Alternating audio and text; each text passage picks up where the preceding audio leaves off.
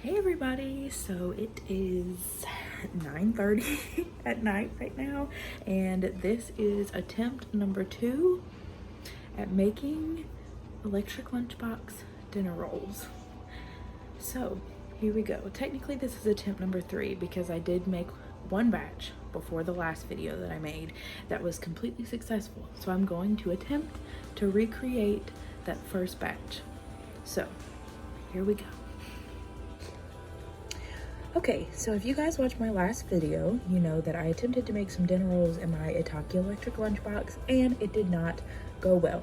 I did the recipe correctly when I filmed it and it did not turn out good at all. Not like my first recipe at all. So I'm going to, like my first attempt at all, I mean. So I'm going to try to recreate that first attempt and see how it goes.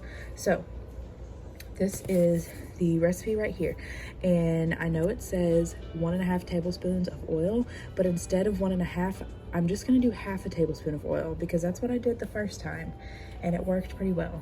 So I'm gonna go ahead and take out my half tablespoon of yeast. I don't actually have a half tablespoon like measuring spoon, so I'm just kind of winging it a little bit. That could also be part of my problem. Okay, and a half tablespoon of oil. Okay, so to the yeast and oil, you're gonna add 1/4 cup of warm water. It has to be warm. It can't be hot or cold because it'll kill the yeast. And then, of course, our half tablespoon of sugar. I think that's what it is. Yes, half tablespoon of white granulated sugar. And then just mix it up. Okay, so while we wait on the mixture for 15 minutes, the yeast mixture to foam up and get ready, rise and everything, we're gonna take 3/4 cup of flour into a bowl. And then, as you know from the last video, they were incredibly salty. I don't ever measure salt, so I'm just gonna do like a little tiny little bit and then mix it up. And now we're gonna set this aside and wait again. So from here on out, all of the steps are going to be the same for the most part. We're gonna take our medium-sized electric lunchbox bowl and spray it with some non-stick spray and set it aside. Now, as I explained in the previous video, the fail video, the electric lunchbox runs off of these little cups of water to indicate when it needs to turn off and stop cooking. So I've got some cold water here and we're gonna do 1 and 2 in the bottom of there. So it'll cook for roughly 30 to 35 minutes and that should be good. Okay, so now you're gonna want to add your foamed up yeast mixture after 15 minutes of sitting. Go ahead and add it to your flour and salt. Make sure you get everything from the yeast mixture in there and just go ahead and start mixing it up. It might be a little clumpy at first and that's okay. You can always add more liquid if you need to, or you can add more flour if you need to. So strangely enough, this did not go like my first couple of batches. The first couple of batches, the dough was really, really clumpy. It was really dry and I almost felt like I needed to use more water. This one was very, very sticky. And I actually ended up having to add more flour and knead it a couple of more times with extra flour in there, which did not happen at all the first couple of times that I made these. So I'm a little nervous about how these are going to turn out, but I am just kneading the dough. You're gonna want to knead it for about 3 minutes until it is pretty soft and it's not super sticky anymore, but also you want to make sure you have everything incorporated all together. Okay, now that we've got a dough ball, we're going to separate it into 3 smaller dough balls, or 4, however many you want to make. I went ahead and made 3 just to make sure that they were big enough and that they didn't get too small. You're just going to want to make them not sticky at all, so go ahead and stretch them around if you need to and make them super soft and smooth.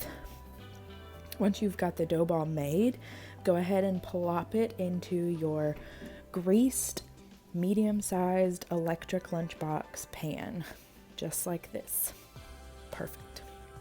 All right, now you're gonna take your dough balls in your pan and cover them with a layer of tin foil. These are going to now sit and rise for another 10 minutes. Just put them down and leave them alone for 10 minutes. All right, it has been 10 minutes. I'm gonna unravel my tin foil and check on my dough balls. They look like they've risen a little bit, but not too much. And now we are going to put them in the electric lunchbox. Make sure you cover them back up to cook, and make sure that that tin foil is nice and sealed. And then go ahead and set it down in the base of your electric lunchbox that has 2 electric lunchbox cups of water in the heating element already. And then we're just going to put the lid on and snap it in place and push the start button. This will cook for about 30 to 35 minutes, and then we'll come back to check on it then. Right, it's been about 30 minutes. It is now 10:45 at night. So let's go ahead and check out our dinner rolls. So I'm gonna take this out of here. Yes, it is really hot. Please be careful. Okay. And moment of truth. These didn't turn out. I'm gonna be really upset. Well, would you look at those?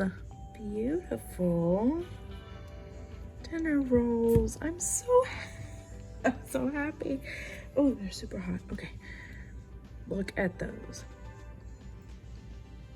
Those look amazing. They are so hot. They smell so delicious.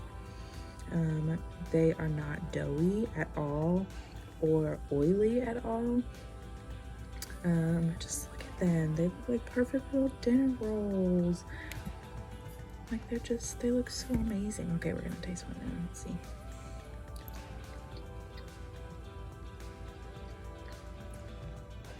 I definitely could have put more salt in these, but I was so scared that they were going to turn out like last time. Alright, so as you can tell, everything was completely successful this time, and I'm so happy and so excited that these rolls turned out how they did.